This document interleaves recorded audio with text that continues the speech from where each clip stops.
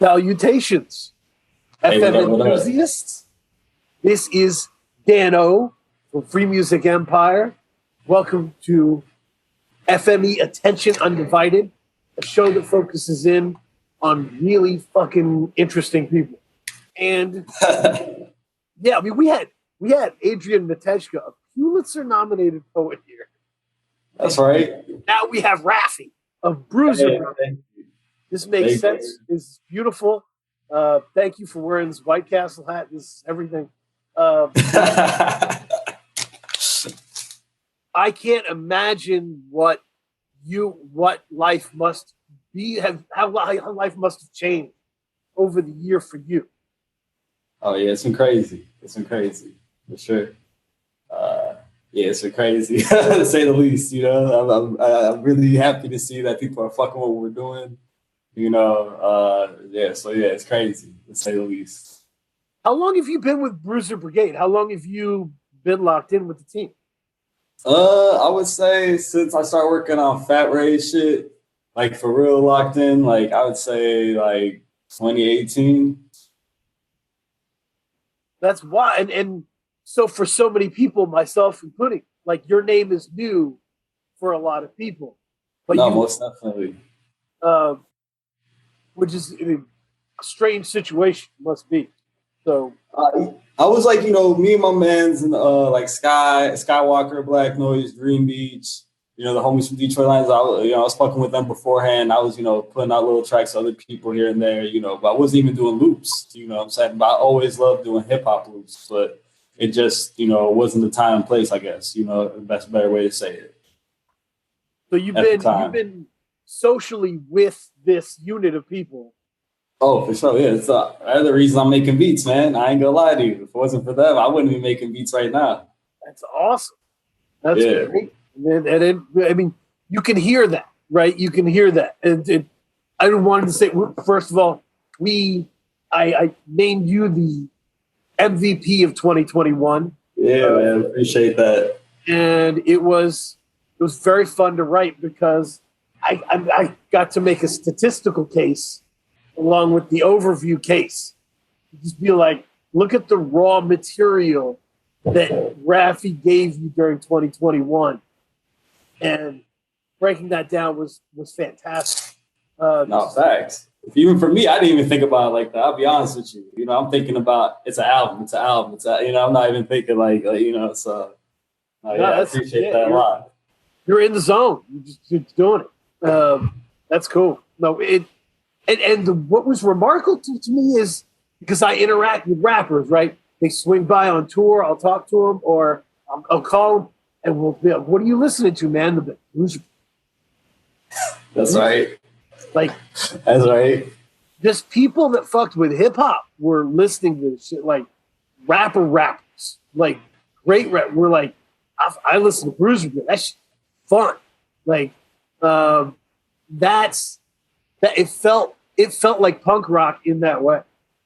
Hey, bless. Yeah, we just, you know, doing what we felt like, you know what I'm saying? Like you just having fun. That's the best way I could say it. Like literally with everybody, it was just fun. It wasn't like, all right, we're sitting down, we're making an album. Like it has to, like, it's just, let's cut tracks, let's see what comes out of it and then put it together from there, you know? It reminds me of a story. What was it? I can't remember. It was, but Juvenile was being interviewed, and they asked him about like curating 400 Degrees, right? And like, how did you like sequence it? When did it? And he was like, those are the songs we had. We just put them together. They basically were a unit that was always making music. Yeah, exactly. All right, man, this batch is done and it's yours. Your turn. You know. More or less, yeah. Like everyone, you know, I'd say everyone I worked with, we would make at least 30 songs, you know what I'm saying? Even coming into like, all right, before we even start talking about making an album, you know what I'm saying? So that's incredible. So you already have a wealth of material to be like, all right, looking at this over here, looking at that over there, we're doing good, you know? Yeah, I think of it like you ever play like Star Fox 64? No, talk to me. All right, so Star Fox and 1064, right? Like, based on how you do on the level, it opens up different paths for you to go in the game to get to other, you know what I'm saying? So, like, when I would work with people, it would just be like, all right, we're doing this. And if that fit, all right, you get this kind of beats. We start carving it out, you know what I'm saying? So Yeah, it's really just having you fun. start seeing options. You start seeing like, Yeah, oh shit, exactly. we could go here, we could go there.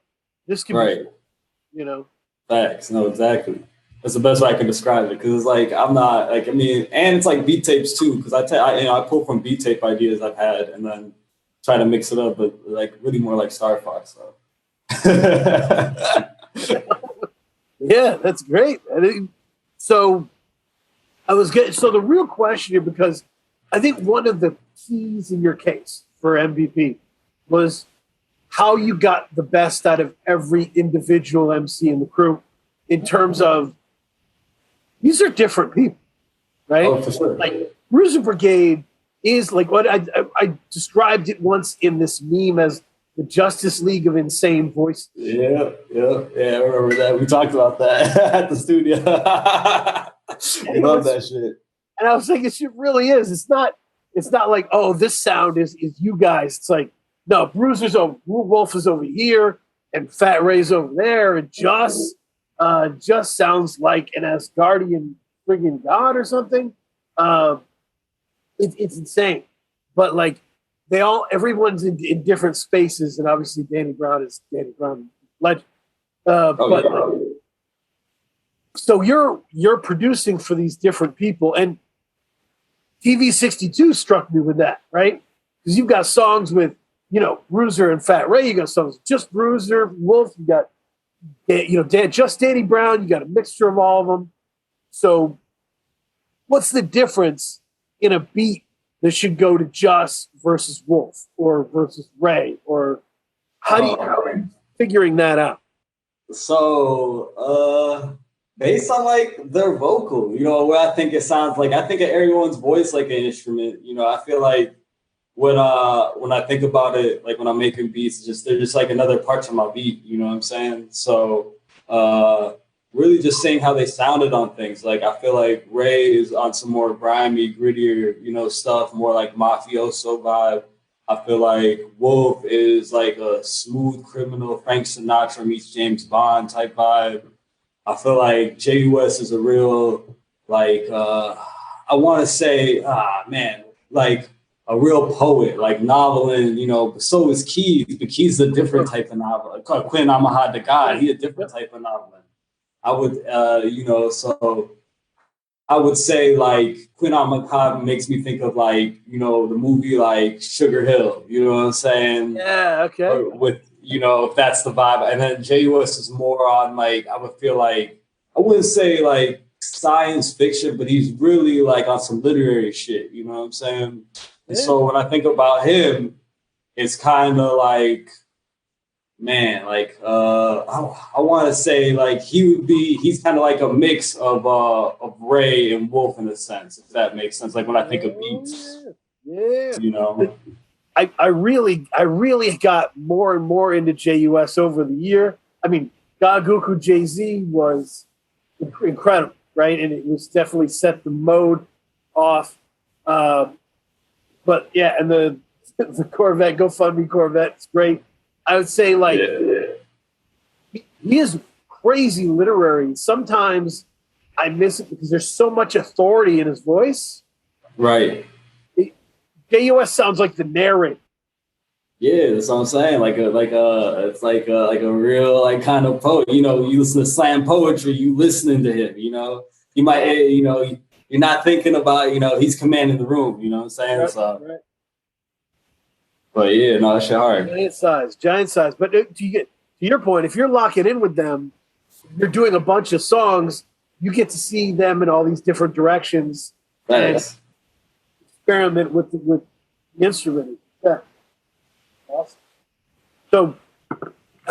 So when you locked in with them, how would you say like your approach was different when you're developing like the sonics for these different people?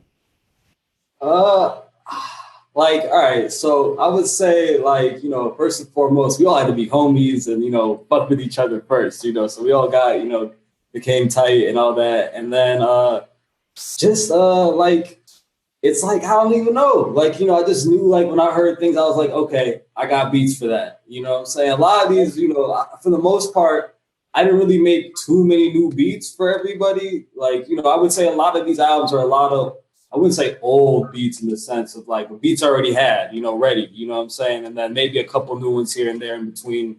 But a lot of it, you know, so I wouldn't say I wouldn't say exactly I was making beats for them. Like, I already had the idea in mind when I heard the voices, so I just pulled from packs, and then I would make things in between. But it was all the ideas were there when I heard their voices, you know. No, yeah, something about like because I was talking to people, you know, really smart people who know music, but everybody's of different age. They have different signifiers for different places, right? So for some people who are younger than me, they grew up. Detroit is Big Sean and Kelly Chris, right? Right. That's like Detroit. For me, Detroit is Guilty Simpson and Royce. Okay. Right? Like, so so while Dope Game Stupid means a lot to me. It's a, you know, very high on my list. Santa Barbara is what set it off. Oh, yeah, no, Z a genius, man. What? Z a genius, man. Santa Barbara is when I knew it was real. And so there's something quintessential about Fat Ray. There's something like... Bro. He like the backbone. He's the backbone, man. Traditional Detroit hip hop, man. Like he's the backbone of this shit. You know what I'm saying? That's how I can describe it. You know, he can do it all, man. He can. Man, he's too cold, dog. He can pen verses to anything. You know what I'm saying? He can mimic your flows. He could write little hooks. Like he's the backbone for sure. You know what I'm saying? And he's like, you know, a veteran in this shit. Like, you know what I'm saying? So, you know, that pen sharp. That makes sense. If you have somebody like that, loves to rap, you know, there's no end to it. They can just rap on anything at any time. Right. Like, there's no reason to worry at all. No, facts, man. That's a rapper's rapper right there. You know? Big facts. He's a rapper's rapper, man. Man, Fat Ray go crazy. I ain't gonna lie. We spent hella late nights there. I was just like, bro, spit that shit. He's like, hold on. I gotta go back and let me just. I'm like, all right. That's what everyone. They're all perfectionists, man. They really care about the craft. And you see that with NBA teams or like any teams, like how the body language of the role players change when they're with great players, right? Like they're like, KD's on the court. I'm feeling confident. No one's guarding me right. You know? And so Fat Ray steps onto a track. You know that part is covered anyway. Bro, going nuts. And the rest he's like I spent the most time doing Santa Barbara, so you know, like me and Ray spent like I said, a hella long time together. That man spits crazy. Man, no, that's and so was that the first, because there were a lot of releases, a lot of Bruiser Brigade releases this year. Right. Was that the one that started the wave rolling, or was that? Yeah, that was the first one I was working on, and that was before, you know, J.U.S had just started rapping. Not like he's always been rapping, but as far as like, all right, I'm doing this shit for real. I'm making a project. Like, you know, that was summer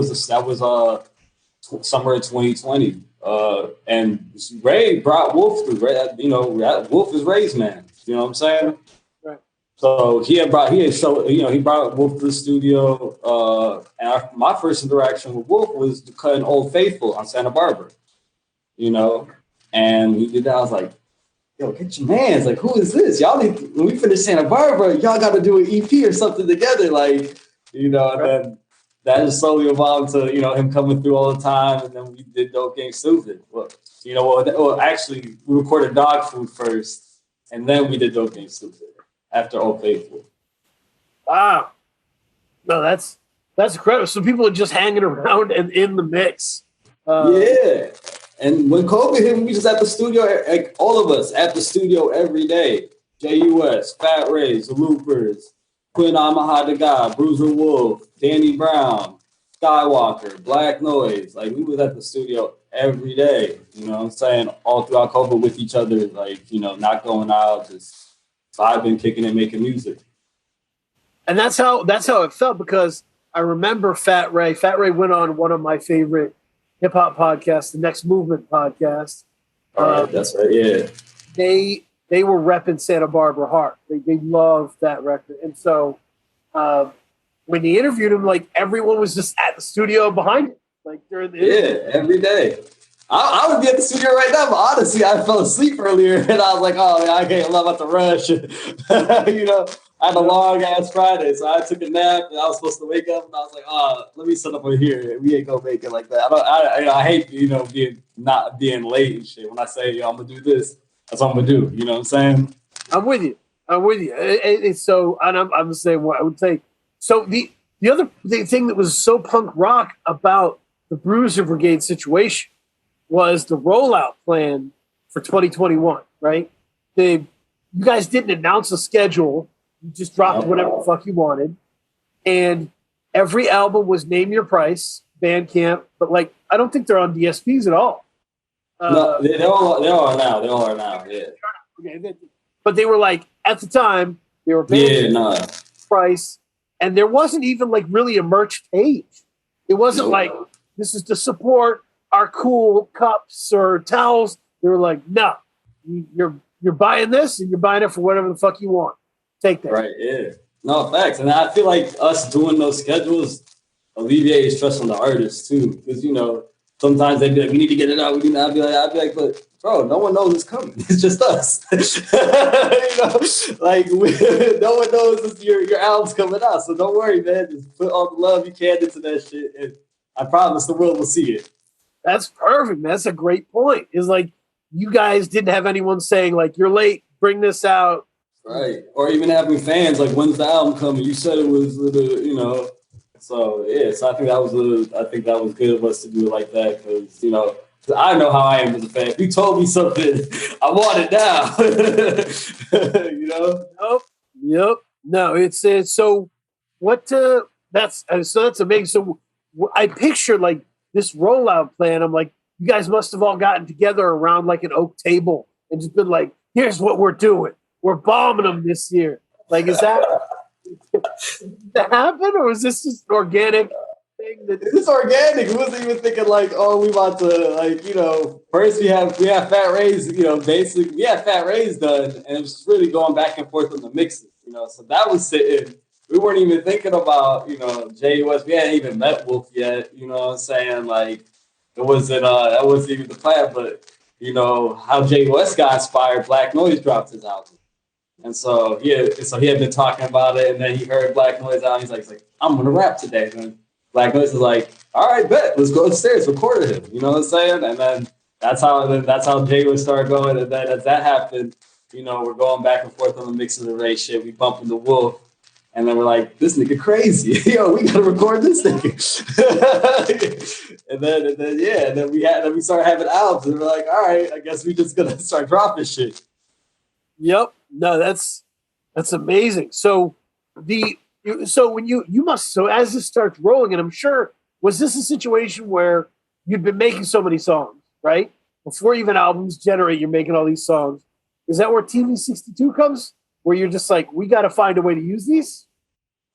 They were just like leftovers from everybody's shit. You know what I'm saying? Like, things that were hard, but it just didn't make sense for the album at the time. You know what I'm saying? So things we knew, like, we love this. It's dope, but we couldn't fit it on a Santa Barbara, on a Dope Game Stupid, on a Got with Jay-Z, on a Noah. You know what I'm saying? And even Keys. We know Keys through J.U.S. That's J.U.S.'s man's. You know what I'm saying? Like, right.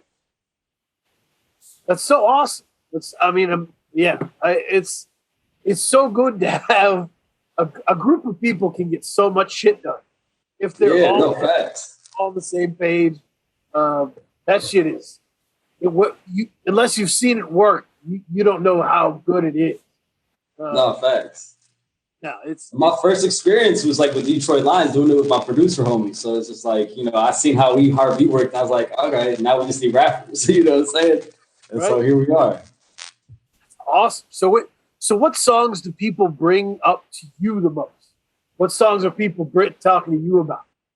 Oh man, shit. Honestly, a lot of dope. I get a lot of dope game super in Santa Barbara all the time, and then a lot of people come to me about bounties on Keith's album. Got with Jay-Z, type beat on J.U.S's GoFundMe Corvette. I mean, I'm going with Jay-Z, and then on GoFundMe Corvette, I get a lot about potholes in Kwanzaa.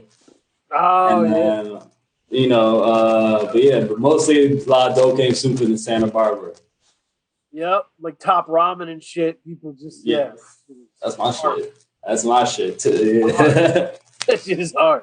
That's awesome. So you already kind of talked about this. This was one of the things that struck me was how your beats fit so well with Black Noise, right? When it's from Raphy to Black Noise, it feels like you guys are in the room together, right? Because like it makes so much sense together. So talk to me about the relationship with Black Noise and how closely you work, how much you've learned from each other. Situation. That's my brother. First and foremost, that's my brother. I learned a lot from. That's my man. I learned a lot from him. Like I said, I wouldn't be making noise without Skywalker, Black Noise, Green Beach. Like they taught me how to do a lot of stuff I'm doing now. Like I make beats on Ableton. He makes beats on Reason, but he showed me how to move around. Like I feel like what I learned from Bob is like how to really freak sounds. You know what I'm saying? Like the way he freaks sounds is crazy. And then how his sequencing and arrangements nuts too. You know what I'm saying? I feel like I learned that from Bob, you know what I mean? Wow. Black Noise, yeah. Yep.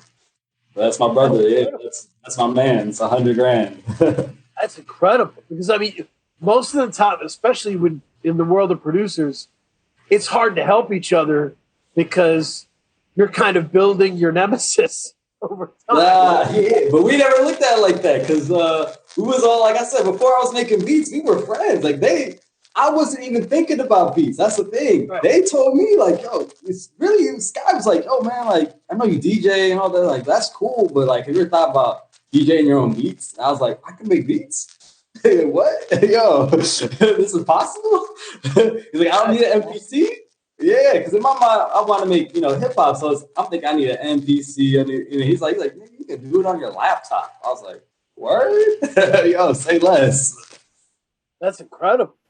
So yeah, you really stepped into like creating your own sound, and you had people to help you with it. But what were you drawn to when you started making these beats? What did you want your stuff to sound like? What did you not want it to sound? I don't, it was a hobby, really. I wasn't even thinking about rappers like that. I was just thinking like, I want something I want to bump, what I'm saying? Where I'm in the car, this shit banging. I just didn't want my shit. I mean, I guess it says, a lot of people say my shit sound like lo-fi hip hop, but I didn't want my shit to be on some like lo-fi study beat type, Right. I want my shit to bang, I listen to a lot of 90s hip hop. I want my shit to bang. So just trying to, imitate my favorites with but not like, bite them like that. Like, I love Havoc, Shock G, Madlib, Doom, Q-Tip, you know what I'm saying? Like, so I was, trying to be like the people that inspired me, Dilla, but not like bite them and sound like them, Yeah, I don't know why, but the Easy Mo B comparison really just hit me. Oh, you see, someone else said that to me not too long ago. That's crazy. And I never even thought about that. That was in the write-up. I was like, there's something about Easy Mo B because I remember me and my friends like debating whether Easy Mo B was great or not because they were like, this isn't fancy. This isn't like the cool fancy stuff with its crazy or like experimental on its face. Like, but there was something that was just primal about Easy Mo B where you're like, that shit bangs. That's all it is. That shit bangs. It's funny because you're the first person to say that. There's someone else that said that to me too, and I was like, damn, that's crazy. I never thought about that ever. Yeah, no, it was just different. It was just people trying to make dope shit, and they weren't overcomplicating it. They weren't like, simplicity is beauty. it's like math. They say the best, the most beautiful equations are the simplest, you know? Yeah. But everybody wanted to rock with it. And yeah, some of those are some of my favorite beats of all time. The Easy Mo Bee stuff definitely reminded me of that. So, Dope Game Stupid. This is the Dope Game Stupid thing. That really honestly felt like your statement. You produced every track except the last one, which is produced by Knowledge, right? Right, yeah. And it's okay to step aside for Knowledge. Knowledge is really great. No, facts. Go, man. And what's happening with that fucking Meek Mill shit is terrible, man. Oh, yeah. I mean, the Knowledge's albums were better than Meek Mill's albums, and that's a bummer. He should have embraced it. You should have just said, "Yeah, you shouldn't be hating on someone that's giving you props, bigging you up." You know, right. I know a lot of people who've never heard of Meek Mill until they heard some Knowledge remixes. You know what I'm saying? I mean, I knew a lot of people who didn't have much faith in Meek Mill until they heard the Knowledge remix. They were like, "Shit, okay." Like, yeah, it's a bummer. It's an opportunity. You remember, by comparison, I don't know if you remember this, during the mixtape era, right? Oh, yeah. There was the Red album, the Brown album, the Gray album. Jay wasn't suing nobody. Right. Wasn't suing nobody. That's what I'm saying. People, man. Sitting back. That's why it's just confusing to me. Because, like, bro, what is your purpose? What are you trying to gain? I mean, I guess I get it. I see both sides, but I'm a fan of the culture, man. We not do, cuz ain't doing this deal from you or whatever. So that's kind of a lot of times they're hyping you up, right? Like, yeah, that's what I'm saying. He's bigging them up. That's why it's like I'm looking at it like, come on, man. You're supposed to be for the culture, dog. Come on. Do you remember when Jay-Z agreed to do that festival in the UK, and then the Gallagher brothers from shitted on him there? They were like, he shouldn't be starring in this festival, the Oasis. Yeah. And then all of a sudden, there's a mixtape called Oasis, that mixes Jay over Oasis. Fucking great. Nobody used, And, yeah, people I don't know, man. People are weird. That's what's all I can say. But Dope Game Stupid felt like you pushing your sound as unique as it could be. Was the plan that because of Wolf's delivery and how different it is, that this needed to go as far as it could go? Nah. Honestly, I love the way it's flowed. I don't think of it as, and maybe I'm a little biased because I made it now, but even when I was hearing him back then, I was just like, oh, the man's is spitting. Like, and when we talk about it, like, he says to me, like, it was my beats that made him do that shit. That's not really, he can rhyme normally on flow, all that, but really, he was saying my beats was kind of forcing him to fit all the words in, or, what I'm saying, things like that. That's awesome. But no, it took me a while to adjust to the world of Dope Game Stupid because it was like, okay, it's so non-traditional. And I think, I don't know, I honed in on it. I think the weirdest beat on there is White is What was that? White is Right. Yeah, that's my shit. Wow, the time signatures on that are wild. It felt like you had somebody who was just different, right? Like, Wolf has talked about how he writes. I listen to everybody's podcast, right? So Wolf was on Dad Bod Rap Pod and good people.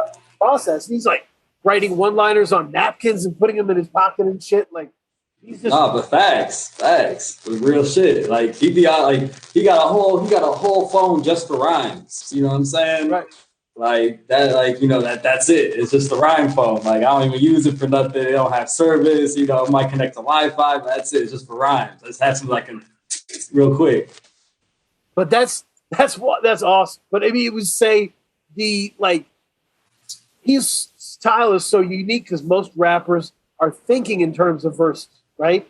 They're thinking in terms of 16, right? And Wolf is thinking in terms of line to line. Yeah, and what the beat makes him do. He be rapping off the beat. I can have some fire shit where everyone in the studio is like, undeniable, this was banger. But if he's not feeling it, the pen ain't gonna move. You know what I'm saying? Like, So he'll have verses, he can put verses to it, but it's not the same energy you're gonna feel. It's not gonna be the same, like, you know, passion. You know what I'm saying? But for the most part, it's the beats that make him do that shit. Like, you know, it's not like he's planning it like to be like that. It's just the beat make him flow the way he's flowing. Wow. Yeah. No, I mean, that's awesome. That's good to hear. And it does come from the music. Did he pick all those beats? Were there any beats that he was like reticent on and you sold them on, or? Oh, Syndicate. Oh. Syndicate. He wrote a lot of the album to Syndicate because he couldn't like he couldn't like, not that he couldn't do it. He just wasn't he just felt like he wasn't matching the beats energy, you know. Right. And Syndicate for sure. Syndicate. That was actually one of the first beats I gave him. I was like, yo, like this is it. Like, you know what I'm saying? Like this is the sound, dog. So this is what I was going. He's like, okay, I'm gonna ride with you. But that's something I pressed. That's one of the last songs we recorded for the album. You know, I was really pressing him like, yo, bro, Syndicate, man. Syndicate, man. Yeah, like I know you got the bars. Yeah. That's awesome. No, it's different, especially since he knew that he must have known if that's the first beat you gave him, and he took that much time with it. He knew he had to adjust to a different world, that you were going to do a different thing. Oh yeah, he wasn't really doing hip hop beats like that. He was doing like Detroit trap shit, you know, more commercial sounding stuff. Like he wasn't really on the loops. So but I feel like, you know, everyone kind of had to adjust to the loops. You know what I'm saying? Because even when me and Ray first started working, you know, that was an adjustment. He wasn't particularly feeling the loops. You know what I'm saying? Even Quentin, you know, he liked the loops, but he wasn't expecting the sound I was giving him. You know what I'm saying? Right. So it's just adjust. I feel like everyone kind of had to adjust. Yeah, because your time signatures, your speeds tend to alter in different ways. Who was it that said that? Sterling Tolles. Remember Sterling? Okay. Yeah. Goldie James. Bro, that shit hard. Real bad, man. Yeah. No, that was Manger by McNichol. Oh, yeah. All instrumentation. Yeah. Because from out here. Yep. My bad. No disrespect to Sterling.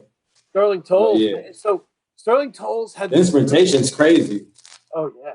Sterling Tolles had this great breakdown where he said his incredible interview, Dad Bod Rap Pod again, where he said, like, Detroit, that's the history of Detroit.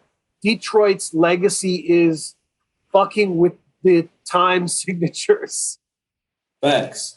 Facts. We got techno, facts. That's what Dilla was doing. That's what T Grizzly's doing. Ultimately, that's what Detroit kind of stands for, is unconventional. Yeah. No, that's fire. I never even thought about it like that. So that's fire. Yeah, he's not wrong, because I don't feel like I hear when I meet Detroit producers, I feel like I don't hear normal beats that are on the same time signatures, or even the way the sample is. They is doing some different shit. Yeah, I wonder what it is. It's so interesting. Because I think it might come from the techno and the soul, man. You know what I'm saying? Really, I feel like that makes sense. You know, because I feel like people, like, you know, when I go to the cities, you know, like we used to have, growing up, there was techno on the radio. You know what I'm saying? Yep. You know, where I go to the cities and people are just starting to get into techno and house and stuff, and I'd be like, we've been doing this forever. Like, we grew up on this. Like, you know, that's so important. That's such a great point. So the other Bruiser Wolf part was, because he does and the one-liners have to cohere into a verse. Like, that process, how different is the writing and recording process because of the way that works? So Wolf's a perfectionist, man. Like, I mean, he is a perfectionist when it comes to, you know, recording. We are cutting the same verse 50, 60, 70, 80 times, you know. Like, but just because he cares about, like, you know, fitting all the words and getting where to say, and also it like not sounding jumbled and, you know, forced, like, you know what I'm saying? So because of all those one-liners, it's a lot, it's more recording and, you know, more him trying to make sure like the flows are on point, you know, as far as it's not like really the bars, it's just fitting it all so it doesn't sound like he's, you know, rushing it or, you know, forced, you know, if that makes sense. Yeah, yeah. That's awesome. And like we're oh, go ahead, my bad. I was gonna say with Ray, it's like, you know, veteran, one, you know, a couple takes, you know what I'm saying? If that. He, you know, he got it, it's just him waiting for him to write it, you know what I'm saying? And that was gonna be my Santa Barbara question, right? Okay, yeah, go for it. My bad. No, Santa Barbara sounds as cold as the cover art looks. Yeah, how did you get that sonically? Like how did you get it to sound so fucking cold? You know, like the homie BMO, I would call him like, you know, like kind of our creative director in a sense. Like he's you know, he's like our hip hop encyclopedia, man, so knowledgeable. And, you know, he was pressing on me the whole time when I was doing it. Was like, man, we're going for that nostalgia, Rob. You know what I'm saying? That nostalgia that, you know, I was like, you know, people want that nostalgia. That's something he would always say to me. And I was like, all right, bet. I know what you're talking about. Let me just dig for samples. Let me go through my shit. Like, I know exactly what you're talking about. And so I'm even like, if you're asking what the nostalgia is, I don't know, but you know what I'm saying? I know. No, it's the essence, right? It's like, yeah, that album goes back to the essence. When I think about, it's weird. When I think about the mission statement for that album, Proof is the one who lays it out. Yeah, facts. What? That Proof interview. That's it. At the end, yeah, it's like rapping, yeah. You see, someone listen to the album, man. That's all I gotta fucking say, dog. Santa Barbara, I can do it. That's all I gotta fucking say. I mean, it's all about knowing, like, this is beautiful. It's beautiful to do this, right? Yeah. I don't want to transition into selling wine. I want to do this, you know? Yeah. And that's how we both feel, really, man. Like, I swear to you, listen, man, right now, if none of this shit was happening, I would be making beats just to make beats, just to do it. So, you know what I'm saying? Like, that's how I feel like Ray would. He would rap just to rap. You know what I'm saying? Like, we would do this shit regardless whether the money coming, not coming. We're not doing it for, I mean, yeah, we want to, you know, obviously make money off our art, but that wasn't the focus of any of these albums. That wasn't like, oh, we gonna get rich. We making great music that's gonna stand past our, you know, hopefully, you know what I'm saying? People gonna talk about this after we're gone, like, yo, Santa Barbara, yo, okay, stupid. Noah, got with Jay-Z, GoFundMe, Corvette, TV62. That's the mentality we're coming into all this shit. We want to make music that outlasts us. You know, it's not about the dollars or the fame, the clout. We trying to drop shit that, you know, outlasts us for real. And you could really see that shit. Like, if you do what I did, which is go on a YouTube binge of Bruiser Brigade videos, they're like, you guys in thick coats, wrapping around, you know, burning trash cans. Like, it's just not, you know, you're not going to see, like, rapping on a spaceship against the green screen. Right. Rolls Royces, private jets, popping bottles in the club. Like, that's not, I mean, you know, we like to have fun, but that's not, you know, we're realistic too. That, you know what I'm saying? That's not, you know, that's not real. You know what I'm saying? Like, we making real shit that the everyday person can understand. You know what I'm saying? Right. You know? It's for the people, and it's accessible. It's so good to hear that everything came together like. So, Danny, question. We're at the Danny Brown section. Okay. Those of us who care deeply about Danny Brown, about what Danny Brown's meant, right? Like, I can't lie. When I first heard Danny Brown, I was disgusted. You know, and it was funny, man. Like, gross. This shit is gross. I used to put my homies on the Brown. They used to be like, he's spitting, but I don't know if I can feel the voice. And you know what I'm saying? I'm like, bro, my man is talking that shit though. What is he? Fuck a voice. He talking that shit though. You know what I'm saying? So I feel like I got a weird voice. Not that I'm trying to compare myself to Danny or anything, but I always feel like I have a weird voice. So I feel like it don't matter what your voice sound like. You talking that shit. You know what I'm saying? Yeah, I think it was the Black Milk shit that really got me. When he Okay. did with Black Milk, that was Black and brown. yeah. I was like, all right, I'm in. Like this shit, I'm never turning back. That's right. But so those of us who deeply care about Danny Brown, we want, like I said this on record, right? Like if Danny Brown's doing a full album, which that was my hope, that it was all coming to a Danny Brown album, right?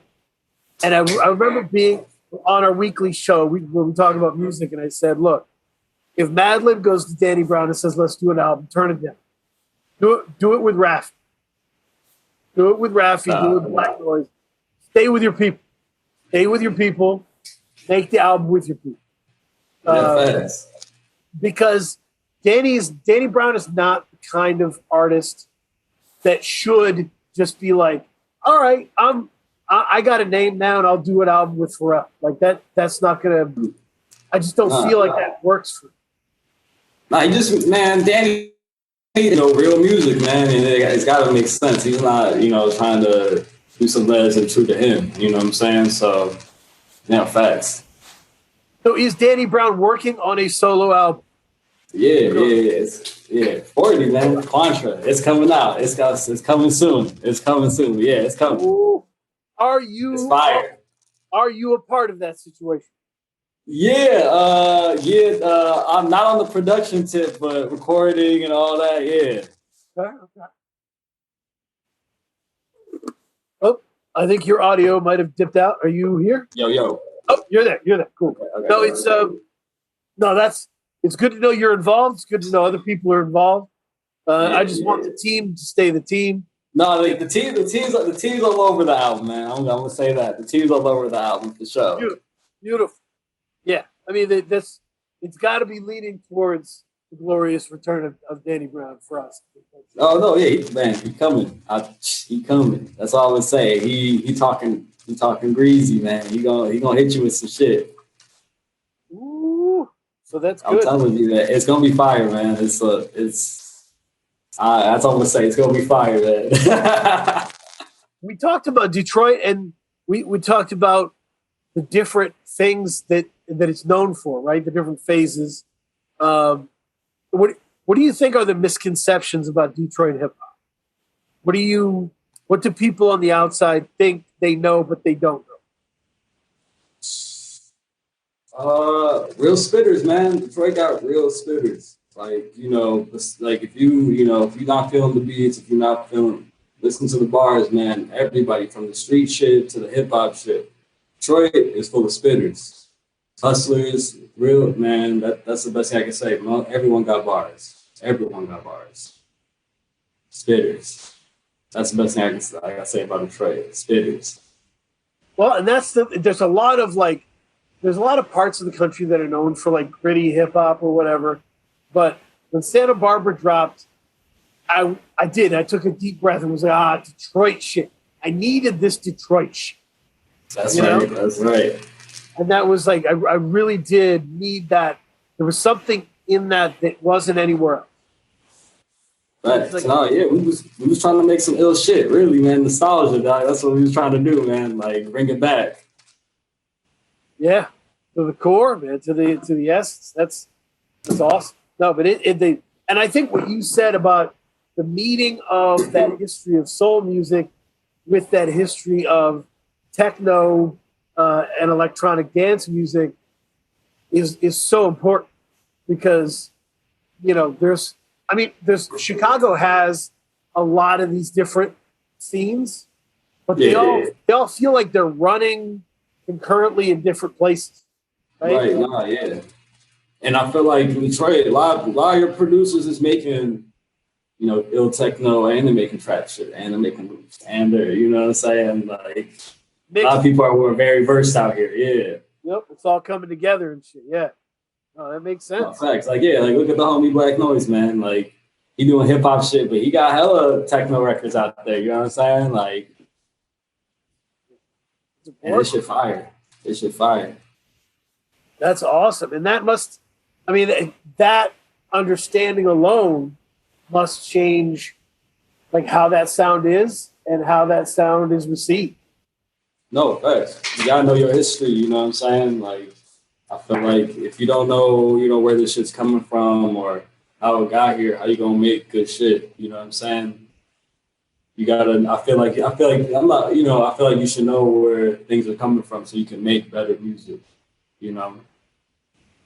Yeah, no, it makes sense. The other thing is, this is a good question.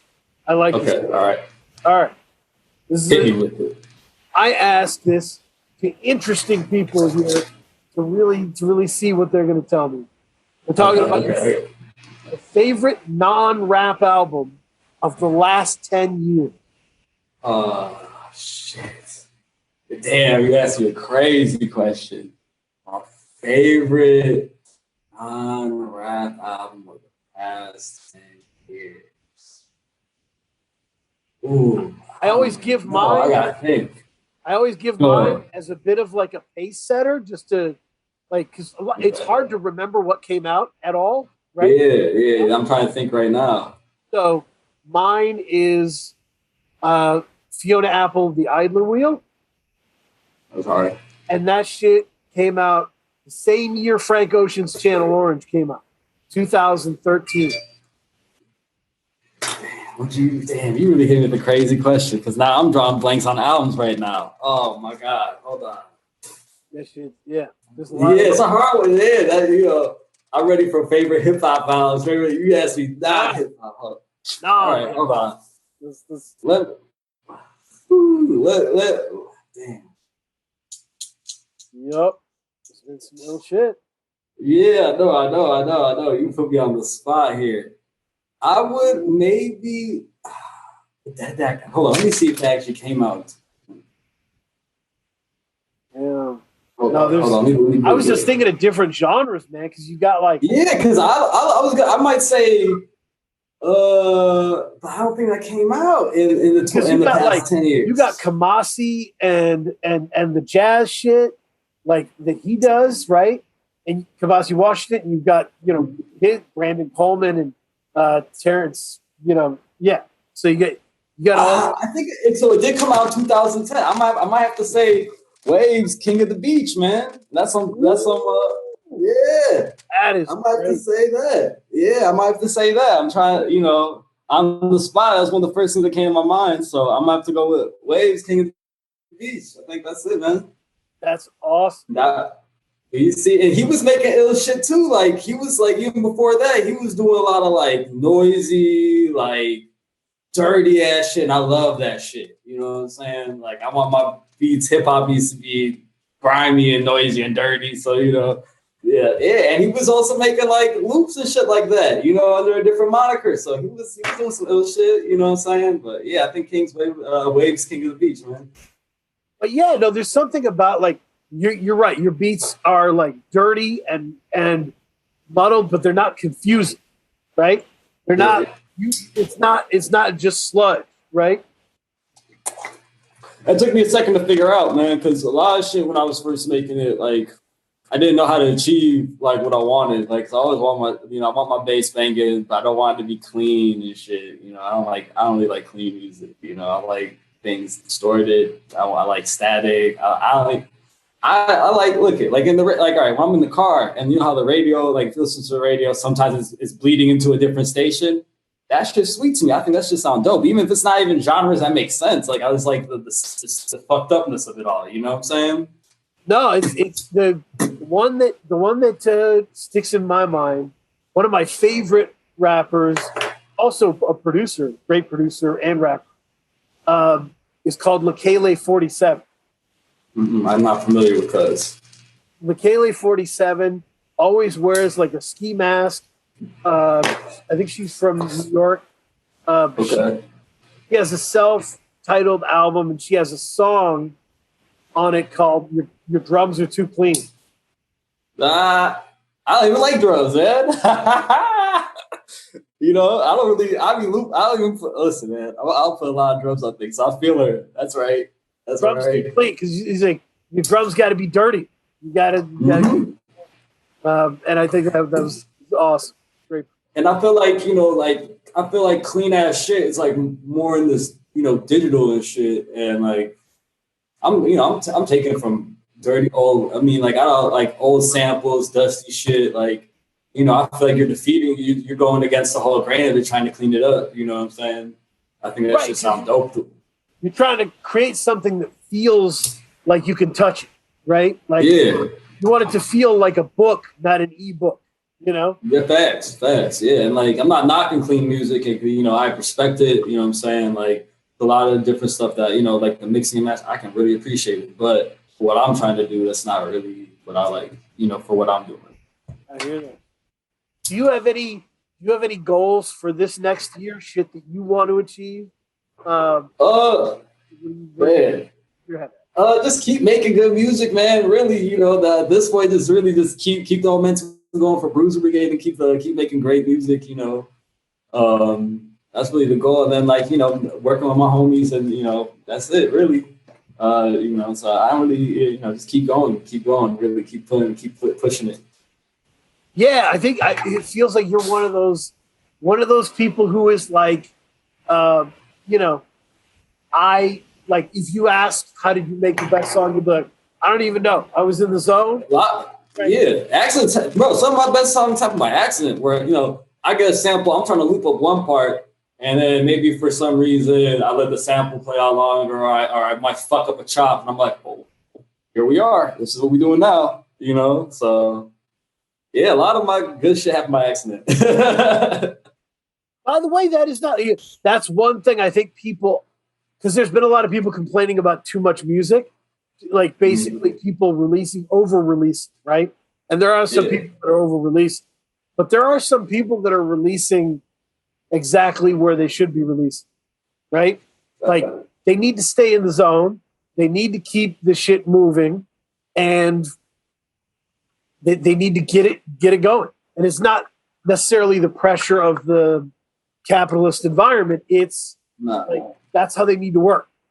The quality, man, that's what I can hear about the most. The quality of the music. You know, like I got a zillion beats. You know what I'm saying? Like, I can just drop shit, but that's not the point. It has to make sense. You know, or even when I'm working with everyone else here, like we can, you know, I'm with rappers. They can rap to anything, and you know, but like, are we making a good track? You know, are we, you know what I'm saying? That's the focus. Are we, you know, are we putting our all into this track and trying to make something good? You know, that's what I like to do. You know, it's not about, I mean, it's about cutting tracks, but it's about cutting good tracks, you know?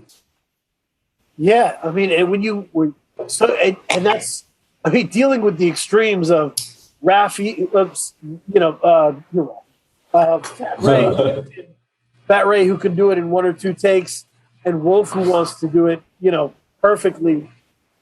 That adjustment is something you must have to tune yourself to. Oh yeah, it was definitely I wasn't prepared for it at first, you know what I'm saying? Because you know, but also I respect it too, because that shows, you know, someone's comfortable enough to be like, you know, hey, let's go back, let's really work on some shit, as opposed to, you know, oh, okay, I cut the record, it sounds good, all right, let's keep moving to the next one. Like, you know, I don't mind sitting on one. We could work on one track for a month or whatever, like, as long as it comes out good. Like, that's what I care about. You know, it's not about being fast. You know what I'm saying? Quality music takes time. You know, so I'm down. I'm ready to put all the time and effort we need to do to get the track to where it needs to go to.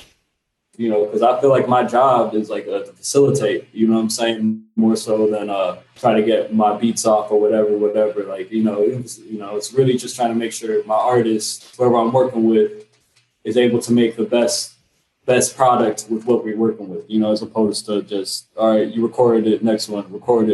Like, that's not cool. No, I mean, and time itself must be very different as a producer. We just I'm slow, man. You know, it's like I move slow. You know, I'm in no rush. I'm a turtle. You know what I'm saying? When it comes to making good music, like, I'm in no rush. Be here all day, all night. What you want to do? You're cutting up seconds and pulling them apart and putting them back together. Oh, in that sense. Yeah, definitely. I thought I was talking about the recording too. Both together, right? Like, you're cutting up seconds into fractions of seconds, and you've blown a few hours doing that, right? Like, that's yeah. And it'd be the same fucking loop, or it might be the same track, same fucking 4, 8 bars. But once the 4, 8 bars is good, let's get to the next 4, 8. You know, whatever it is. Right. No, that's amazing. No, I'm thank you so much for doing this. I appreciate. Oh, appreciate you, man. Thank you. Yeah, it's been incredible, and I would love to check in and with the team as the year goes on, because I'm sure most stuff. This is the beginning, right? Like people who didn't know Wolf last year, they're never gonna forget, right? Oh yeah, facts. Nah. All the homies, man. Everybody went nuts, man. Yeah. Anything that they drop, like all that was the thing about the come up was every major place that covered hip hop was checking that page. And the day it was crazy. It was crazy. I couldn't believe it myself, you know what I'm saying? Like how everything just played out the way it did. It's fire. I mean, I was confident, don't get me wrong, but you know, still it's like, damn, that's fire. That's everyone really appreciate fucking what's going on over here. It's a blessing. I can't lie, man. And shout out to the crews who came before you and did like I guess I was thinking about Odd Future, right? And how Odd Future like taught the media how to identify these crews of people. And I think that is that's very present in how this was a team, the journalists that fell in love with what you guys did, fell in love with Odd Future back in the day and knew how to showcase your shit.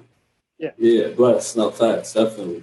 It's awesome. And you too, man. Shit, man. And you too, shit. No, it's you're my man. You know what I'm saying? So. Yeah. No, I've been doing this shit for years, man. I've had this since 2010 or 11. So I've been. See, that's fire. And going way back in the day and shit. You're my first MVP who was a producer. Bless, thank you, man. That's crazy. Thank you, dog. There's a lot of this past decade has been some ill niggas. I can't even lie. So we had Gucci Mane as MVP one year. We had we had Fiend as MVP one year. That's right. Yeah, that's right. Yeah, we were doing it different. But it was awesome. It was awesome to be able to talk case. Although it was hard, I'm not gonna lie. And shout out to Fatboy Sharif. Facts. I gotta fucking run this by you. He was throwing every name at me. Just like, what about this dude? What about this? What about this dude? And then what about Bruiser Brigade? And I was like, oh shit. Then it's gotta be Raphy. Bruiser Brigade. What were some of the other names he was throwing out? Fuck, man. I mean, we there's so many people. Let me ask you this. What were you thinking out? What were you thinking of? In terms of, I listed the honorable mentions. Like, what was your short list? Yeah, the honorable mentions. So Def C from Chicago. I don't know if you've heard of me. Filthy Records. He released an EP with August Fanon that was incredible. Okay. And so I do listen to the August Fanon records. So it's fire. And then you got the end of the year. He released a full album called Trap Door with Messiah Music. And he had been working on that shit for 7 years. Holy shit. Now I'm going to go check that shit out. And it's amazing. He's a teacher in Chicago. And oh, wow, okay. A lot of it is about, how fucked up shit in America is. But, it's fantastic. And he's a monster. But, Luca from Memphis is another one. Okay. Luca is incredible. He sounds like Scarface. He's like, bro, Lukah. He released 2 albums this year. One was called When the Black Hand Touches You. The other was called Why Look Up, God is in the Mirror. Okay. I'm going to take both those out, yeah. Yeah. And then the third one is one of my people from, I think he's in Nebraska, Sleep Sinatra. He released a shitload of albums. One of them came out on New Year's. One of them came out early in the year called Sleep Gloriously. Then Divine Nation. In the middle of the year, he produced himself. Three full albums that were just killer in 1 year. So there's so many people doing great work. Yeah, that's what I'm saying. I be trying to catch up on it too, man, because I be missing shit all the time. I love checking out other people's shit.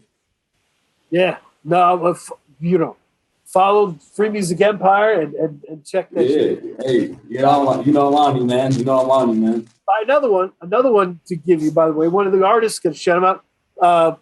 He came to. I'm in Maine, so he came to Maine for a performance. I don't know if you've ever heard of Shrapnel. Heard of the group Shrapnel? Mm-hmm. They're on Backwoods, Billy Wood's label, and Shrapnel. One of the people in Shrapnel is Prem Rock, and I was like, I know Prem Rock. Prem Rock is killer, and he was hanging out, watching the other people perform, and I went up to him, hey man, like, what are you listening to on tour? He's like, Bruiser Brigade. Oh, Bruiser Brigade. Oh gosh, so that was cool. Because Prem is man, Billy and Elusa are the homies. They're real cool people. They show love, man. I fuck with them, man. Great. And honestly, so having done this since 2011, this is the nicest the hip hop community has been. A word? No question. Just in terms of kindness. Just in terms of, I'm not talking about like the illest or whatever. I'm talking, literally being kind to each other. Like, people are very nice to each other a lot of the time now. And it was 50-50 back in the day. It was 50-50. I believe it. Actually, thinking about it, I believe it. It's good. I get it. Hip hop's competitive. I get it. I've been lucky because I'm just not that dude. I'm not a brolic dude. I'm not gonna get crazy at people. Like, I'm the fun, thoughtful person in the clique who the tough people protect, right? Because they need to laugh too. And like that. Right, exactly. That's kind of my spot. I'm cool with that spot. And so I always got along with everybody. I was always, but there were some rough customers out there. Who was the roughest you to deal with? Well, there were some people who were shitting on people who weren't even talking. Just to do it? They weren't even talking about them. You know what I mean? That's just hating. Get out of nowhere. I'm like, damn. Like, they felt threatened, huh? Some people are just like that. They walk into a room and they knock your drink over and stare at you. Right.